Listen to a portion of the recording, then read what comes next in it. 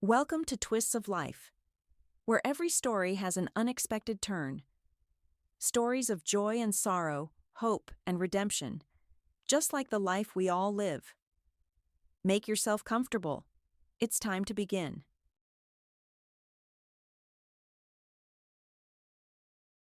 Eleanor slammed the last file shut, rubbing her eyes tiredly. The clock on the wall showed 10 in the evening, a time that always caught her off guard. The phone in her hand immediately displayed 3 missed calls from Paul, and her heart sank. Tapping her pen nervously on the desk, she started to call back, but the dial tone dragged on agonizingly. At the last moment, when she was about to hang up, his displeased voice answered. "Yes, darling?" It slipped out, sounding painfully ingratiating and guilty. "I'm sorry." A pause hung in the receiver, just a quiet sigh, but he didn't hang up. That was something. "I know I promised to finish early today," she continued, feeling a pang of guilt. Paul interrupted. "The project, of course. I understand. Work is more important than anything." His words cut with coldness, despite his outward calm.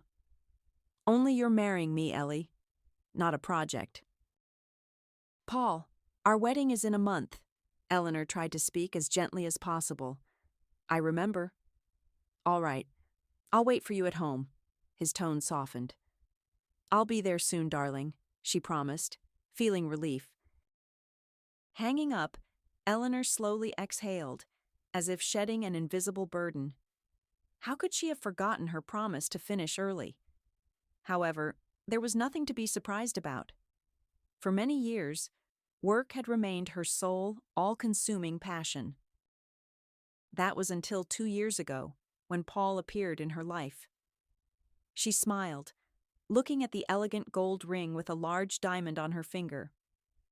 The memory of that evening surfaced. His nervousness, his kneeling, the melody of the violin, the restaurant's applause, and her own yes through tears of happiness. Only a year had passed, but her relationship with Paul had subtly changed. He insisted it was all due to her endless work. Eleanor, however, was perplexed. She had always worked a lot, even when they first met. True, a year ago she had been promoted, and the workload increased. And now this crucial project, on which the future of the firm depended. How could she let her colleagues down? When she finally got home, he was already asleep. Eleanor gently stroked his head, listening to his quiet snoring, like a child's sleep. She sighed. Tomorrow morning, he would most likely be silent again. In the mirror, a tall, slender brunette with a perfect black bob and huge dark eyes framed by long lashes looked back at her. Should such a woman spend days on end in a stuffy office, hunched over a monitor? Suddenly a plan formed in her head. It was decided. She would take a day off this week. She would pamper herself, put on a beautiful dress, do her hair and makeup. Then she would order a delicious dinner, a good wine, put on her favorite music, and wait for him to come home from work. Perhaps such a surprise would help melt the ice. Of course, she would have to promise again that she would work less. And perhaps, when the project was completed, that would indeed be the case, or at least she would learn to leave on time. Eleanor had been accustomed to hard work since early childhood. No one, seeing her now in a designer suit, driving an expensive foreign car, with an impeccable manicure, would believe that she grew up in a remote village. An hour-and-a-half drive to the nearest town didn't help. Bad roads, dilapidated huts, pigs and cows roaming freely. That's how she remembered her small homeland. Eleanor was raised by her grandmother, although both parents were alive. Her mother divorced her father when the girl was only 4, and she barely remembered him. Her earliest memory was a long, bumpy ride on an old bus with her mother, surrounded by numerous bags and suitcases. At her grandmother's in the village, little Ellie had freedom. She could play all day, run with the neighborhood children, and enjoy her grandmother's pies.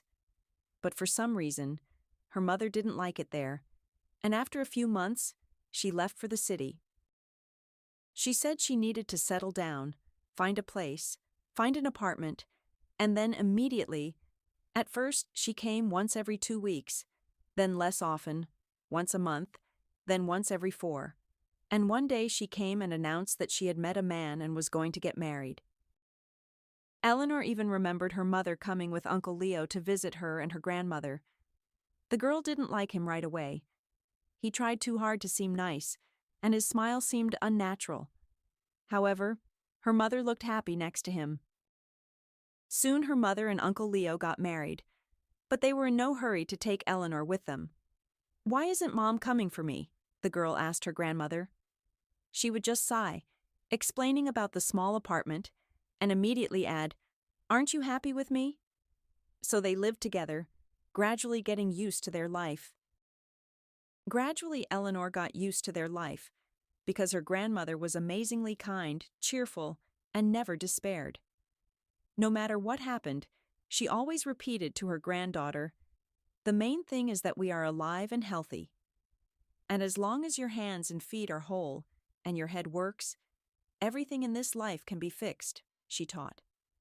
The grandmother's name was Eleanor Sr., and the granddaughter was named after her. In the village, they were distinguished as Eleanor the Elder and Little Ellie the Younger, and this nickname stuck with her for many years. No matter how hard her grandmother tried to appear cheerful, age was taking its toll, and little Ellie understood early on that Eleanor Sr. needed her help. At first, her mother sent a little money, but after getting married, she stopped. Her grandmother's pension was barely enough for 2, and the garden, chickens, and goat helped out. But little Ellie understood that this couldn't go on forever. It was up to her, little Ellie, to work to provide a decent future for herself and her grandmother. From childhood, she began looking for ways to earn money. Some women went to the city to sell vegetables and dairy products. Little Ellie wanted to too, but her grandmother wouldn't let her. "You're too young to go to the city alone, let alone trade in the market." "Don't worry, little one. We'll have enough money," she said. But Eleanor saw how much her grandmother denied herself. Her winter boots were being resold by their neighbor, Uncle John, for the umpteenth time. "Well, if you won't let me go to the city, I'll find a way to earn money here," the granddaughter stubbornly declared. She did everything she could, gathered berries and mushrooms, selling them to local buyers. And once a week, a buyer of medicinal herbs came to the village. Her grandmother showed her where to find them, and the girl would leave early in the morning, collecting as much as she could carry in a sack. She also learned that the local shop accepted empty glass bottles. Many people in the village had accumulated them but were too lazy to wash and return them. Little Ellie wasn't lazy. She went around the houses, collected the bottles, and took them to her grandmother's yard, getting rid of the neighbors' clutter and earning a little money. She also collected scrap metal with the local boys. When she was accepted into their team, the leader, Andy, explained the rules. "If you want to come with us, fine. Everything you find is yours, but you have to carry it yourself." The girl quickly realized that she should look not for the heaviest, but for the most expensive, copper. She quickly figured out which old parts contained it. Scrambling with the boys through the dump of abandoned cars, Eleanor found copper and sold it. With this money, she bought herself clothes, shoes, school supplies, and kept a close eye on her grandmother's wardrobe so that Eleanor Sr. lacked nothing. "You're my little breadwinner," her grandmother would say every time with tears of tenderness, accepting the money. "When I grow up, Grandma," little Ellie would reply, "I'll take you to the city. I'll buy us a big, big house, and we'll live there. You won't have to work in the garden and keep goats anymore." Eleanor Sr. would just laugh. "I'm happy here, my little one, but if you don't forget your old grandmother, I'll be very happy." At school, Eleanor was an excellent student, especially excelling in mathematics, physics, social studies, and geography. Other subjects also went well, but seemed less useful for her future goal. After the 11th grade, she enrolled in economics at the best university in the city. When her mother found out, she offered Eleanor to live with them. "I'll be fine in the dormitory," she replied, knowing that they were already cramped with a small son. Her mother and her husband had a child 2 years ago, Stevie, and it seemed that after that, she completely forgot about Eleanor. Of course, Eleanor pretended that this didn't hurt her. But sometimes when her grandmother was already asleep, she would cry into her pillow at night. What was it about her, she wondered, that her mother loved her less than her brother? At university, Eleanor also studied diligently, despite starting work in her first year and sending money to Eleanor Sr. every month. "You'll see, Grandma," she would repeat every time. "I'll finish university and get a job at the coolest firm. Then I'll move you in with me, and we'll live well," she promised. Her grandmother would just smile in response. "The main thing is that everything goes well for you, granddaughter." Eleanor passed all her exams with excellent marks, received her red diploma, and was about to go back to the village. But then her mother called. "Ellie," she heard a tearful voice on the phone, "your grandmother died." They all went to the village together, her mother, stepfather, Ellie, and little Stevie. Eleanor was so shocked that the entire following week passed in a fog. While her mother and stepfather dealt with the funeral, Eleanor looked after her little brother. She sat on the floor in her familiar grandmother's house, watched Stevie play with toys, and thought, what should she do now? She had promised her grandmother to take her to the city, to buy a huge house. What was the point of trying anymore? "Ellie, I need to talk to you," her mother said after the funeral. "Of course, Mom," Eleanor replied. "We found your grandmother's will," her mother continued. "She wanted this house to go to you." Eleanor shrugged indifferently. "It doesn't matter to me. I won't live here anyway. Everything here reminds me of Grandma and my childhood." "Do as you wish," her mother sighed, not insisting. A week later, Eleanor gathered her strength and returned to the city. This was the life she had dreamed of since childhood, and she threw herself into it head first. Getting a job, in all the following years, all she did was climb her way up. At 28, she became the youngest managing director in a large company, but her personal life remained empty until she met Paul. Perhaps it was love at first sight, or perhaps it was simply time to experience strong feelings. They felt a mutual attraction from their first meeting. Paul was her complete opposite. Light-hearted, cheerful, carefree, he seemed to balance her seriousness. He had his own fitness studio, which he opened after starting as a simple trainer. Eleanor immediately warned him that she worked a lot, to which Paul replied, "It's okay. I love my work too, and if I finish early, I'll make dinner and wait faithfully for my beautiful girl." At first, that's how it was. But lately, Eleanor had started to notice Paul's growing irritation with her work. They began to argue more and more often. It was then that Eleanor decided to surprise him, acting in a way that her fiancé wouldn't suspect anything. After another argument, she tried to text and call more often, and so, during one of these calls, she asked, "What time are you finishing today?" "Why?" Paul asked suspiciously. "Nothing," Eleanor immediately replied. "It's just that I'll be staying late again today. Sorry."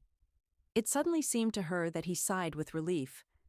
"Well, I'll be back late too today, so it's okay," he replied. He hung up, and Eleanor thought, he's probably still upset. Never mind. I'll melt his heart today, she decided. Her new dress had just been delivered, thin, made of delicate red fabric, perfectly accentuating her figure. "In this dress, he'll definitely forgive me," Eleanor said contentedly, putting it back in the box. All the employees were surprised when she announced that she would leave early, but of course, no one dared to ask the boss. Eleanor arrived home, parked in her usual spot. To her surprise, She noticed her fiancé's car parked nearby. He must have taken a taxi today, she thought, feeling growing excitement. She didn't even wait for the elevator and ran up to the 5th floor. Opening the door, she froze on the threshold, stunned by what she saw. Paul's sneakers were carelessly thrown in the hallway. And next to them, some red women's sandals. No, a thought flashed in her head. This only happens in bad comedies, not in real life. Taking a deep breath, Eleanor tried to compose herself. She calmly placed the box with the dress on the floor, took off her shoes, and slowly walked into the apartment. Almost immediately, her fiancé's voice came from the bedroom. Entering the room, the first thing she saw was Paul's back, and then the girl. "Well, well," Eleanor said calmly. "So I wasn't imagining things when I heard the joy in your voice at the news that I would be coming home late today." Paul turned sharply, and there was such fear in his eyes that she almost found it funny. The young blonde girl shrieked loudly and pulled the blanket over herself, while Paul exhaled in astonishment. "Eleanor." She expected any reaction. Clumsy excuses, pleas for forgiveness, attempts to invent a reason. But her fiancé managed to surprise her. He sighed somewhat sadly and said, "Well, maybe it's for the best." Then he turned to the blonde girl, huddled under the blanket. "Hannah, wait for me in the car, please. I'll be down in half an hour." Eleanor watched in surprise as Hannah fearfully crawled out from under the blanket, quickly got dressed, and disappeared into the hallway. A second later, the front door slammed shut. "All right," Eleanor said. "And what does all this mean?" Paul sat on the bed, rubbing his temples tiredly with his fingertips. "It means I'm tired, and I've been thinking for a long time that we should break up." Eleanor walked over and sat next to him. "But why? I thought we just had some minor problems." Her fiancé shook his head. "The problem is much deeper. We're just too different." "It's not even that you work a lot," he continued, looking at her. "It's that work is much more important to you than I am, and that's always been the case. And I can't live like that. I'm wired differently. I'm not a go-getter," he explained. "I like to work, but I'm not ready to live in my gym like you live in your office," Paul said. "I want to enjoy life, and you don't know how to do that." "Well, I guess you're right. It will be better for both of us," he added. "I'm sorry," Paul said, stood up, took a suitcase from the mezzanine, and started packing his things. Eleanor silently went to the kitchen. She sat there until she heard the front door slam shut, taking with it the remnants of their life together. "All right," Eleanor said to herself, trying to pull herself together. "At least I have my job. I'm about to finish the project, take a vacation, and start a new life." Only it all turned out completely differently than she had planned. A week later, arriving at work, she found her office being searched. Eleanor, a stranger in a black suit, addressed her. "Yes?" she replied, surprised. "What's going on?" He ignored her question. "Come with me to your office. I need to take your statement." It turned out that the firm's management was suspected of major fraud. From that day on, work was frozen, and the accounts and property of the leading employees were seized. "Wait," Eleanor said. "Does that mean my property is also seized?" "Yes, your car, apartment, and all bank accounts." "And for how long?" "Until the circumstances are clarified," he replied coldly. "But I had absolutely no idea," Eleanor began. "And what am I supposed to do?" "Stay with friends or relatives," the man advised. Eleanor signed some papers and went home, having received permission to take what she needed before being evicted. On the way, she called a lawyer, but he couldn't say anything encouraging. "The accusations are serious," he said, "and investigations into such cases take a long time, months, even years." "And so all this time my property will be under arrest?" Eleanor asked. "I'm afraid so, Eleanor," the lawyer sighed. The only place she could go was her old grandmother's house in the village. After her grandmother's death, Eleanor had never been back. At first glance, the house had barely changed, just become even more dilapidated. Eleanor took an old rusted lock from her bag. "Well, hello, Grandma," she said quietly. In childhood, the house had seemed huge. Now everything looked small, old, but so familiar. Eleanor walked through the room and sat on the bed where she used to sleep. "What am I going to do now, Grandma?" she asked the empty room. "I thought I had everything, but it turned out I could lose it all in an instant. My fiancé, love, career, money, apartment. And what do I have left after this?" she thought bitterly. "Only your little house, which I completely forgot about." And then, for the first time in many years, she cried bitterly and heavily. Eleanor woke up in the morning, roused by bright sunlight, having forgotten to close the curtains. "Well, there," she sighed. "For so many years I woke up to an alarm, and yesterday I even forgot to set it." However, what was the point of it now that there was no work? At that moment, her stomach rumbled, reminding her that she hadn't eaten anything since yesterday's lunch. Of course, there was nothing edible in her grandmother's house, and she needed to go to the shop. But it was still very early, and Eleanor decided to spend the time cleaning. While tidying up, sweeping away the dust that had accumulated over the years, she didn't even notice how she was distracted from her sad thoughts. Perhaps, if this lasts a long time, I'll have to find a job here, Eleanor reasoned. Maybe I'll even start a farm, chickens, geese, or maybe even a cow. After cleaning, she felt even hungrier, and Eleanor, with relief, waited until the right time and went to the shop. She walked through the village, noting with surprise that it seemed to have improved since her childhood. New houses had appeared, old ones had been renovated and repainted.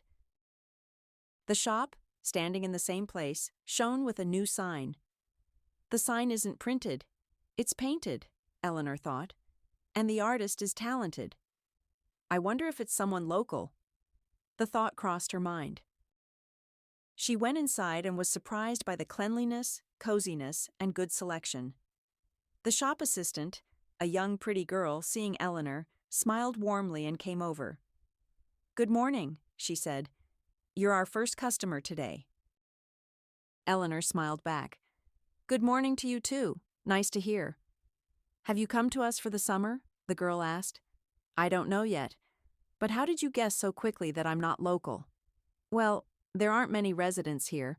I know everyone by sight," Eleanor laughed. "Exactly. I didn't think of that," Eleanor said. "I lived here until I was 17. Then I moved to the city." She looked thoughtfully at the shop assistant. "It's strange. You're younger than me, but not by much. In theory, I should remember you." The girl smiled. "No, I only came here a year ago with my older brother." "Oh, really?" Eleanor was surprised. "To live?" "Uh-huh. I didn't think anyone would voluntarily want to move to such a backwater." Stacy seemed a little offended. "You shouldn't say that," she said. "It's actually very nice here, relatively close to the city, and there's beautiful nature and clean air. Actually, it was my brother who wanted to come here. He's an artist." "Oh, really?" Eleanor exclaimed. "So he painted the sign?" "Yes. It's very beautiful." "Thank you. I'll be sure to tell him," Stacy replied. "But I've completely distracted you, and you came to shop." "It was very interesting, by the way. My name is Eleanor." "Nice to meet you, Stacy." The girl extended a small, firm hand, which Eleanor shook. After the introductions, Eleanor dictated her shopping list. Stacy quickly brought everything she needed and gave helpful advice. In the end, both girls were very pleased with each other. "Where do you live?" Stacy asked. "The second to last house on the edge of the village, on the side where the lake is," Eleanor said. "That's great," Stacy exclaimed happily. "My brother and I live in the last house. I'll definitely introduce you sometime." "Okay," Eleanor replied. "I'd be happy to." The weather was beautiful, and Eleanor decided to eat outside. She didn't feel like cooking, so she just made a few sandwiches on delicious fresh bread. After brewing fragrant tea, she went out onto the porch. The sun was shining, the birds were singing, and Eleanor sat, ate, and enjoyed this simple summer day. Suddenly, she realized with surprise that she couldn't remember the last time she had just sat like this, without work, without plans, without thoughts of business. Suddenly a loud meow sounded by her feet. Eleanor turned her head and saw a fat tabby cat that had silently climbed onto the porch. He was looking at her with interest, or rather, at the plate of sandwiches. "Judging by your appearance, you're not suffering from hunger," Eleanor remarked. The cat looked intently and insisted, "Meow." "All right, you blackmailer. Here." She pulled out some sausage and gave it to him. He sniffed it, took it carefully, placed it on the porch, and started eating. "Enjoy your meal," Eleanor said, and closed her eyes, deciding to continue basking in the sun. But after a few seconds, her peace was disturbed again. "Sandro!" a man's voice called out nearby. "Sandro, where are you? Ran off to the neighbor's house again?" Eleanor glanced at the cat, but he, even if he heard, didn't react at all. "I think that's for you," Eleanor remarked. "Sandro, are you here?" The gate swung open, and she saw a handsome blue-eyed man with slightly curly light brown hair and a small reddish beard. He seemed completely surprised to see anyone here besides the cat and was very embarrassed. "Excuse me, please," he said. "My cat is behind me. He keeps running off to this house, so sometimes I come to catch him. But honestly, besides the cat, I haven't touched anything here," he added with an apologetic smile. Eleanor smiled. "It's all right. You have a very cute cat." She looked at Sandro, who, having finished the sausage, started washing himself as if nothing had happened. "He's already begged food from you too," the cat's owner said regretfully. "It's impossible to refuse him," Eleanor replied. "And you, I suppose, are the artist, Stacy's brother?" "That's me," he said, surprised. "I don't think I've earned that title yet, at least if you meant it in a good way. But yes, I am indeed Stacy's brother Arthur," he said, extending his hand, as firm as his sister's, only much larger. "Eleanor," the girl introduced herself, shaking his hand. "Nice to meet you. If I had known someone lived here, I wouldn't have intruded so unceremoniously," Arthur said. "I only arrived yesterday," Eleanor replied, "so you couldn't have known about me. And I met your sister just a couple of hours ago when I went to the shop." "Well, then everything is clear. Are you staying with us for long?" "I don't know myself yet," Eleanor said, "but most likely yes." Arthur picked up the cat, who meowed discontentedly, but feeling his owner's hand, didn't resist. "Come visit us any time," Arthur said. "I'm often at home, unless I go somewhere," he continued, "and my sister works until 6, and then she'll come home too." "Okay," Eleanor replied. "I'll definitely stop by sometime. Just give me a couple of days to settle in and tidy things up here." "Of course," Arthur replied. "If you need my help, just ask. The doors of our house are always open, literally," he added with a smile. The neighbor and the cat left, and Eleanor reached for her phone. She was waiting for a call, from the lawyer with good news, or from Paul. Thinking of him, Eleanor immediately cursed inwardly. "Business," she told herself. "I'll go do something useful." Eleanor spent the rest of the day tidying up the house. She washed the windows until they sparkled, swept the cobwebs from the walls and ceiling. She vacuumed the furniture and the huge, heavy carpet that covered the entire room. As long as she could remember, it had always been there. It seemed her grandmother never took it outside, cleaning it right in place. It must have been made of very high-quality material, because after so many years, it remained dense, only the colors had faded slightly. At first, Eleanor wanted to take it out, but she grabbed a corner and realized how heavy it was. Let it stay here, she decided. Grandma didn't move it for a reason. For the first couple of days, cleaning occupied all her time, leaving no room for other thoughts. But now that her grandmother's house was finally in order, visiting the neighbors seemed like a good idea. Stacy is a very nice, lively girl, Eleanor thought. Besides, we'll find common ground. She clearly has a business streak. And her brother is probably just a sweet eccentric, Eleanor reasoned. Well, you can talk to people like that sometimes. Out of curiosity, she resolutely stood up. She left the house, hung the same rusted lock on the door, and headed towards her neighbors. She immediately noticed how different their house was. Eleanor didn't remember who lived there in her childhood, but it was certainly a simple village house. Now it was renovated, plastered, and painted a delicate salmon color. Beautiful, Eleanor thought, and very unusual. She approached the gate and pushed it. It wasn't locked. An old SUV was parked in the courtyard. Surely that's what Stacy used to go to the city for supplies. And there were flowers growing in the yard, just ordinary wildflowers. This seemed strange, because most often they were considered weeds and pulled up. "Arthur!" Eleanor called out. "Stacy!" "Meow," came the reply. Sandra was sitting on the porch, squinting in the sun. "Hello, friend," Eleanor greeted him. "Where's your owner?" "I'm here," a voice sounded unexpectedly close, making her jump. Eleanor hadn't noticed she was standing near the open window, from which Arthur had replied. "Sorry, didn't mean to scare you," he said. "It's all right," Eleanor replied. "I just got bored at home, so I remembered your invitation to visit." Arthur smiled. "I'm very glad. Otherwise, my sister was upset that you weren't coming over and wanted to stop by your place this evening." He squinted slyly, looking at her. "If you're not too busy right now, we can go for a walk. I was just looking for a new spot for my painting." Eleanor shrugged. She didn't really like pointless walks, but there was nothing else to do anyway. "Okay," she replied. "Then I'm coming," Arthur said, and left the house. A few minutes later, he appeared with a huge backpack on his shoulders. "I'm ready. Let's go." "Shouldn't you close the door?" Eleanor reminded him. "And the windows? What if someone gets in?" He shrugged.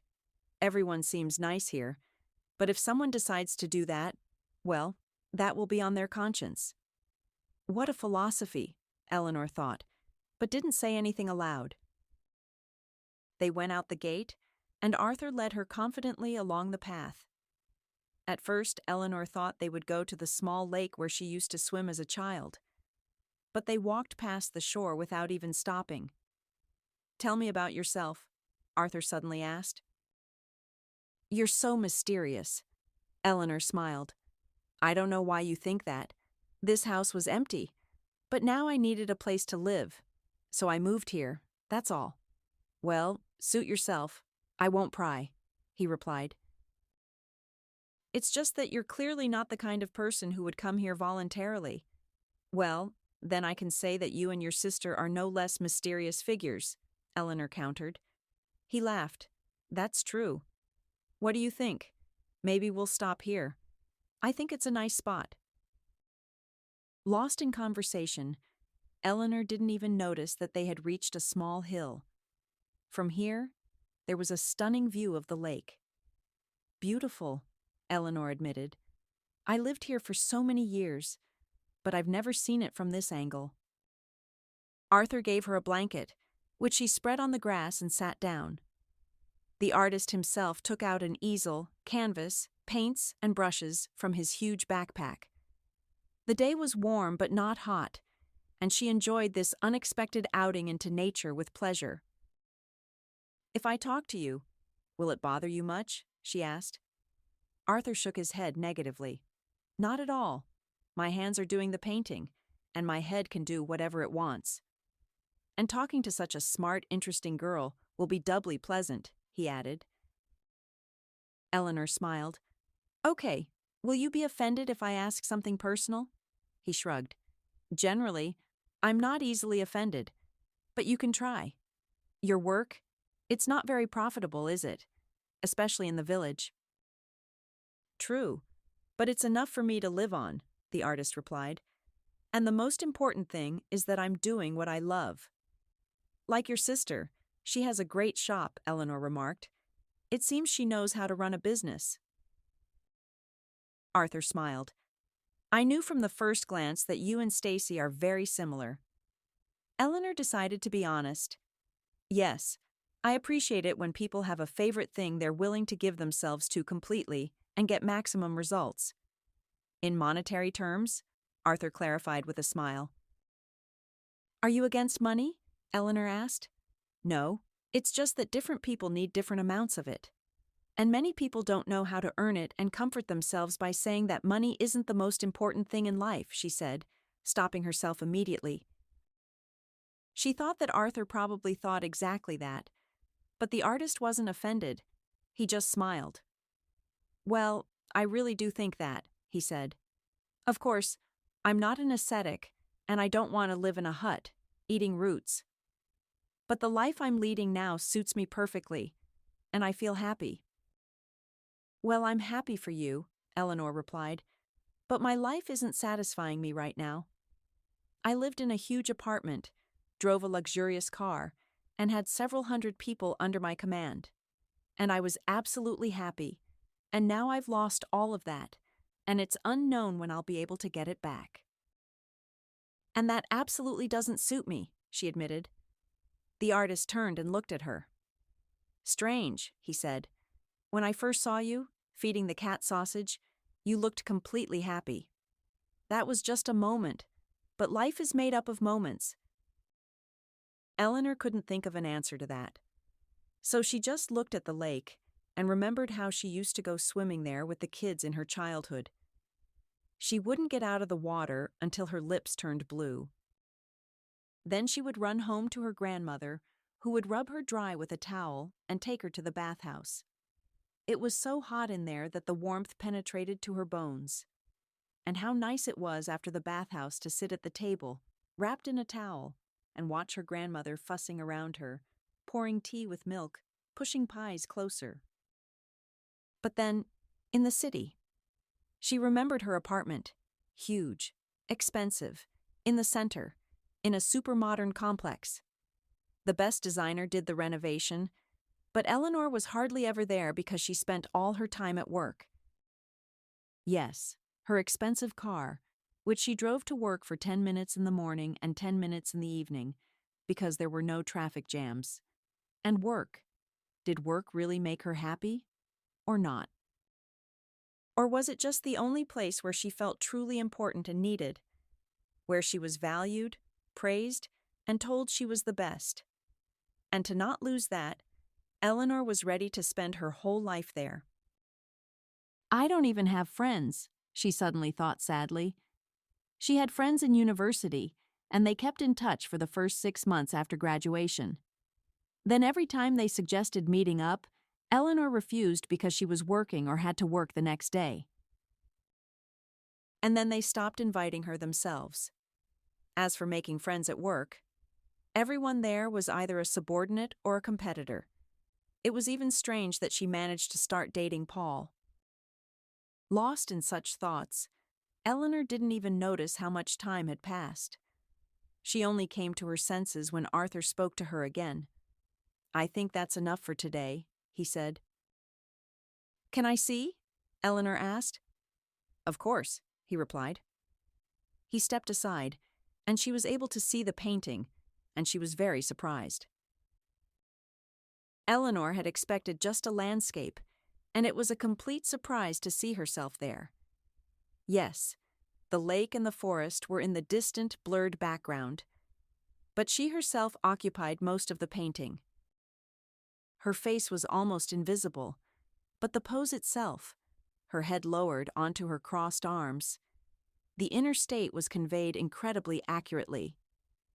Yes, you can really see how desperate I am here, Eleanor thought sadly. How did he manage to capture it all? Didn't you like it? Arthur asked, concerned. Eleanor forced herself to smile. It's unexpected, she said honestly. I didn't even notice you were painting me all this time. Arthur smiled. Honestly, I didn't plan to, but I looked at you once and realized I wouldn't rest until I captured this state of yours today. Eleanor awkwardly chuckled. You definitely have talent. Thanks. Sorry if I embarrassed you. It's hard to embarrass me. He smiled. My sister should be back from work soon. I suggest we go back and make dinner. Haven't you had enough of me for one day? On the contrary, it's interesting. In the time Stacy and I have lived here, I've managed to study all the residents of the village, and I really wanted something new, he said. And then there's you. Oh, really? So I'm just another new subject for you? He laughed. Not only that, I was curious before to imagine what you were really like. But I didn't expect to see you in person. Seeing Eleanor's puzzled look, the artist explained, Your neighbor, Uncle John, told me a lot about you. Eleanor chuckled. Oh, really? And what did he say? That people like you are born very rarely, Arthur replied. That you were special from childhood, bright like the sun and strong like the wind. That you never doubted your abilities, and there was no task that was beyond you. Well, that's not quite true now, Eleanor remarked. Not at all. That's exactly how you look. She smiled sadly. Look at your painting. Clearly not. Arthur sighed. I understand that something serious has happened in your life, but I think you didn't return here by chance. Eleanor laughed. So you're not just a non-materialist, a romantic, and an altruist, but also a mystic? Arthur laughed. Too much for you? Yes, Eleanor replied. But you're right. Here I feel like I'm really regaining my strength, and I'm very happy about that. The cat was waiting for them on the porch. Sandro, Eleanor suddenly said. Is that after Sandro Botticelli? Yes, Arthur replied. Banal. Well, Eleanor said. The cat meowed expressively, and his owner frowned. I hoped that life in nature would teach him to find his own food. He does find it, Eleanor said, defending the cat. In the way he can. It was cool in Arthur's house, and the walls, as she expected, were covered with paintings. You really are very talented, Eleanor said, looking at them. Thanks. Will you help me with dinner? Of course. By the time Stacy returned from work, everything was ready. Wow, she said, seeing Eleanor. I was just going to come over to your place this evening. They hugged. Although Eleanor had only seen this girl once before, she felt some inexplicable sympathy for her. And I've been bothering your, as it turns out, very talented brother all day, Eleanor said. Stacy laughed. Yes, he's almost a genius. Okay, that's enough, Arthur grumbled. Let's sit down. During dinner, Eleanor decided to talk about Arthur's paintings again. What I saw today is simply amazing, she said, addressing Stacy, hoping for her support. And it's a crime that Arthur's paintings are just hanging in your village house, and no one sees them. Out of the corner of her eye, she noticed the artist frown, but she continued anyway. I can look among my acquaintances for someone who can help you organize an exhibition. I'm sure Arthur is in for huge success and fame. To her surprise, Stacy smiled and shook her head negatively. Thank you for the offer, she replied, but we don't need that. What? Eleanor thought she had misheard. Okay, Arthur, but you, Stacy? At our first meeting, I thought you were exactly like me. You have business acumen, and we don't need fame, attention, and success, Arthur suddenly interrupted her. We had our reasons for coming here. I don't want any big exhibitions. I just want to live here quietly and peacefully. Eleanor looked at his sister, and for a few seconds, it even seemed to her that there were tears in Stacy's eyes. What's going on? Eleanor wondered. I just wanted to help them. All right, she said aloud. I've meddled in your business. I see you have some personal reasons. She cautiously got up from the table and stroked Sandro's back, who was perched on a nearby chair. And anyway, I've overstayed my welcome today. It was a good day. Nice meeting you. Goodbye. Neither the brother nor the sister said a word. And only when Eleanor had already gone out the gate, a breathless Stacy suddenly caught up with her. Ellie, wait! Eleanor looked back, and from the girl's slightly reddened eyes, she understood that she was indeed on the verge of tears. Forgive us, Stacy suddenly said. Honestly, I really want to be friends with you, and my brother liked you too, and that's rare. He tries not to let people get close, and there are reasons for that. Anyway, we really want to be friends with you.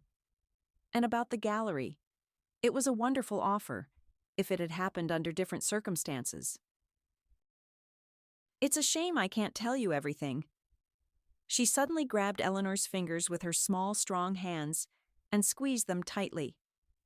Please, just believe me that there are reasons why we came here and are trying to lead this quiet, peaceful life. And promise not to be offended by us. Okay, Eleanor replied. I won't. The days passed quite peacefully, but Eleanor continued to call the lawyer, trying to contact the firm's management. There was no news. An inspection is underway, and when it will end and what the results will be is still unclear. All that was left was to wait, and that was the worst part. To keep herself busy, Eleanor started getting closer to her neighbors. She helped Stacy in the shop, and a few times they went to the city together for supplies. Then Eleanor helped unload, arrange, and do paperwork. This is completely beneath you, she once said to Stacy. You could easily handle a whole chain of supermarkets. If you worked for me, you would have been in charge of a huge department long ago. Stacy just smiled. I'm happy here. Eleanor noted this strange phrase to herself, but decided that the time to learn the details hadn't come yet. When she wasn't helping Stacy, she would visit Arthur. A few more times he took her somewhere into nature. Eleanor was surprised every time. She had lived here for so many years, but Arthur, who had arrived recently, easily found places of such beauty that it took her breath away. It's just every artist's ability, he replied modestly. Another one of your talents, she clarified, but the artist just shook his head. You are a very interesting girl, he remarked. When you meet strangers, you pretend to be cold. You act as if people don't interest you. But in reality, you turn out to be very attentive and see the good core in everyone, which perhaps the person themselves doesn't even suspect. Eleanor was embarrassed. You're overpraising me. You underestimate yourself. I've never had problems with self-esteem. This is different. They were silent for a while.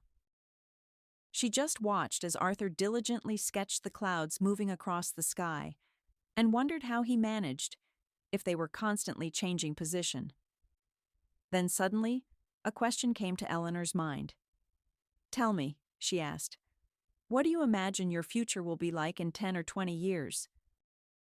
He suddenly sighed and looked somewhere into the distance. That's too long a time to predict, the artist finally replied. For now, I can only say that I really like it here, and I want to stay here forever. The last word sounded a little gloomy, and Eleanor wanted to put on something warm to ward off the goosebumps. She suddenly realized that with each passing day, she was growing more attached to her childhood village and to this brother and sister. And 2 weeks later, the lawyer called her. Eleanor! He was shouting into the phone, almost jumping with excitement. This is the tone in which either very good or very bad news is delivered. The inspection is over. No violations found, he shouted to her. We are waiting for you at the office tomorrow. You can return to your apartment. Eleanor could only sharply exhale and sit on the floor, her head spinning from the news. Are you not joking? She asked just in case. The lawyer was taken aback for a moment. Good heavens, of course not. Excuse me, it's just unexpected. Thank you for the news.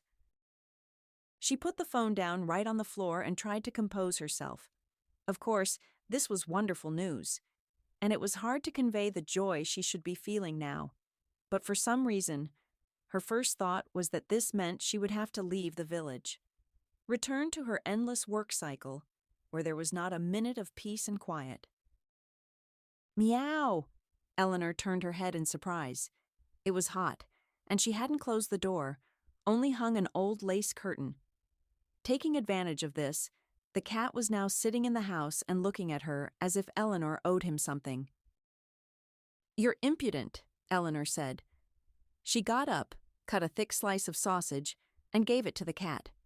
He didn't even look at the treat, and insisted again. Meow.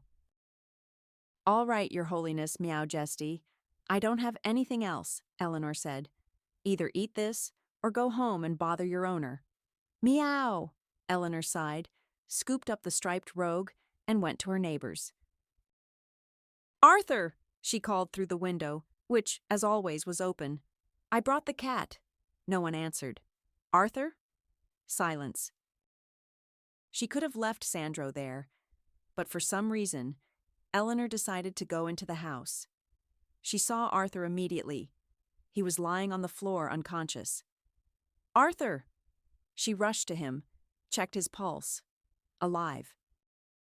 She immediately called Stacy, explained the situation.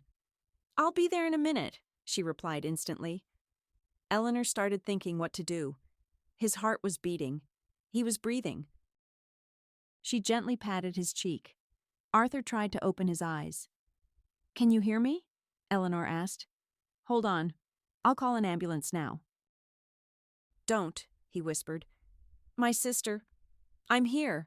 Stacy quickly slipped into the kitchen and returned with a glass of water and some pill. She helped her brother swallow it. Then she and Eleanor together moved him onto the sofa.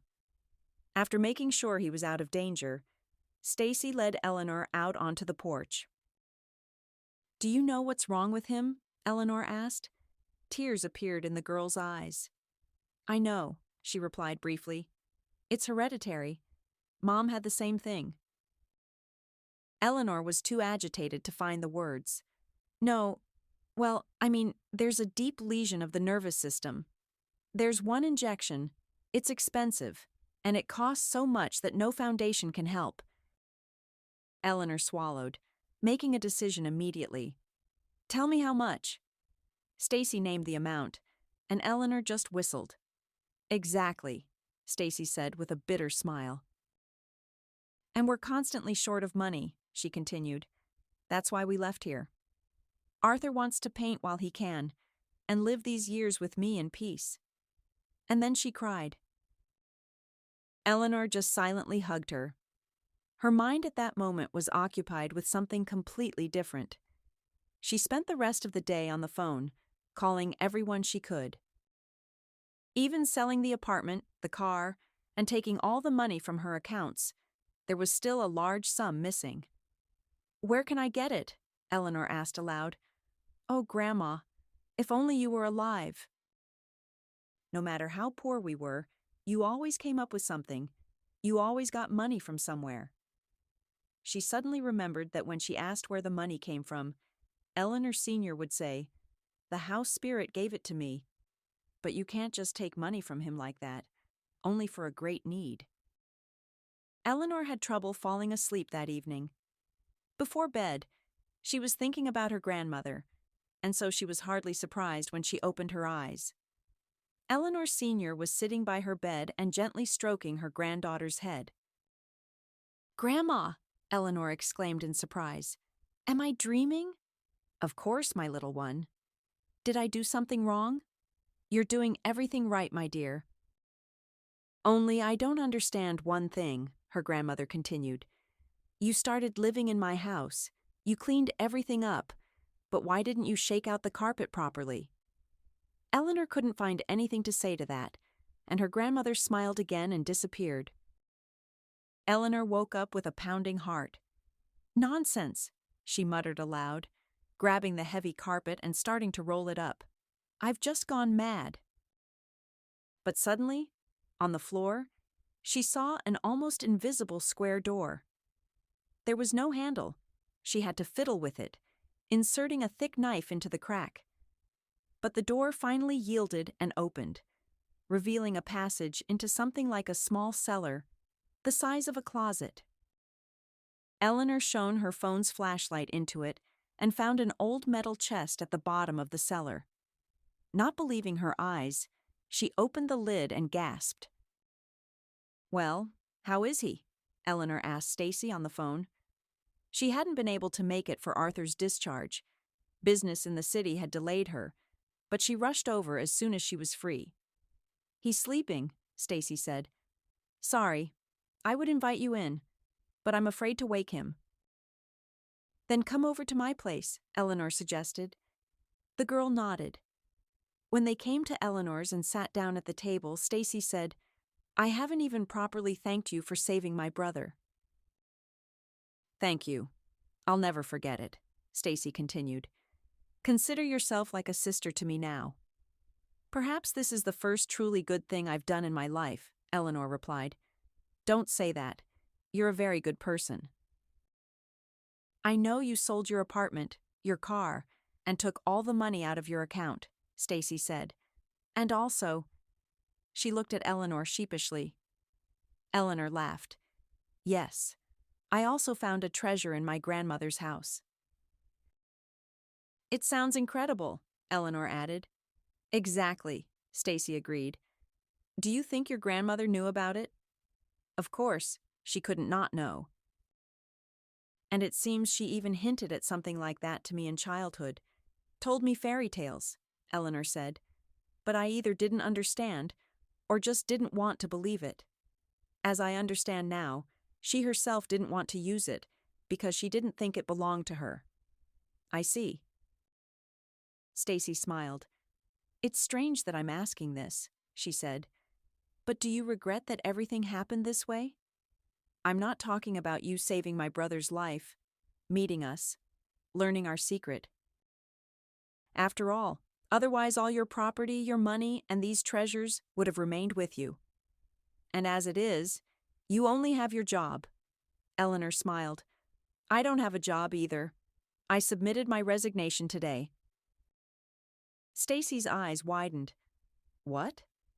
But what about everything you told me about? Career, achievements, opportunities?" "No, I don't regret it," Eleanor replied.